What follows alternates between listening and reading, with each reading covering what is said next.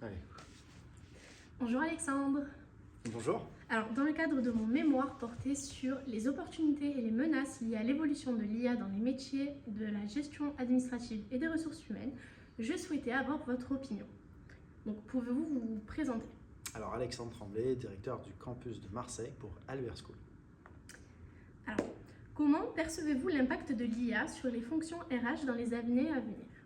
Alors je pense qu'il faut regarder l'IA de manière un peu plus globale dans tous les métiers. L'IA va venir s'implanter pour régler des problématiques de travail ou de tâches chronophages.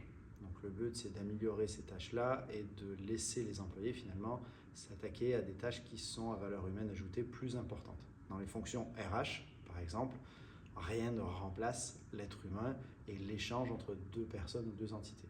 Par contre, ce qu'on va pouvoir noter, c'est effectivement une amélioration des process de recrutement sur l'entrée des prospects ou en tout cas collaborateurs qui vont postuler ou des candidatures qui vont arriver pour être capable de se concentrer sur les candidatures les plus en phase avec les besoins et les demandes de l'entreprise.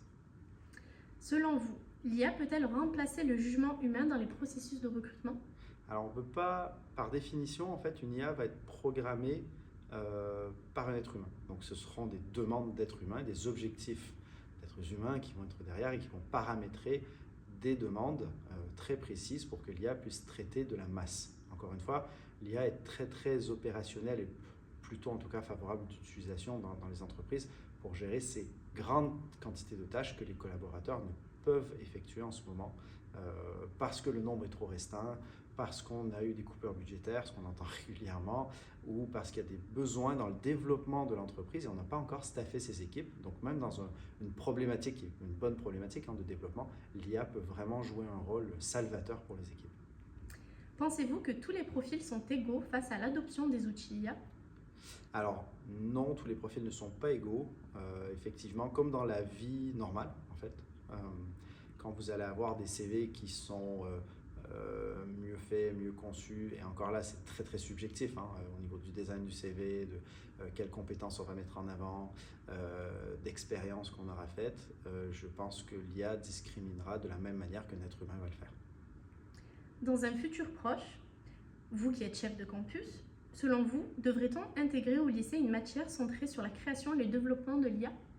Alors l'école, ça sert à ça en fait. L'école, ça sert à comprendre. C'est un lieu d'illumination pour les élèves, pour les étudiants qui vont apprendre des choses qui vont leur permettre de mieux comprendre le monde professionnel, en tout cas le monde qui les entoure. Et puis cette connaissance culture générale ou culture professionnelle et technique, dans les deux cas, on se retrouve avec une nécessité d'apprendre quelque chose qui est nouveau, qui va faire partie intégrante de notre vie personnelle et professionnelle.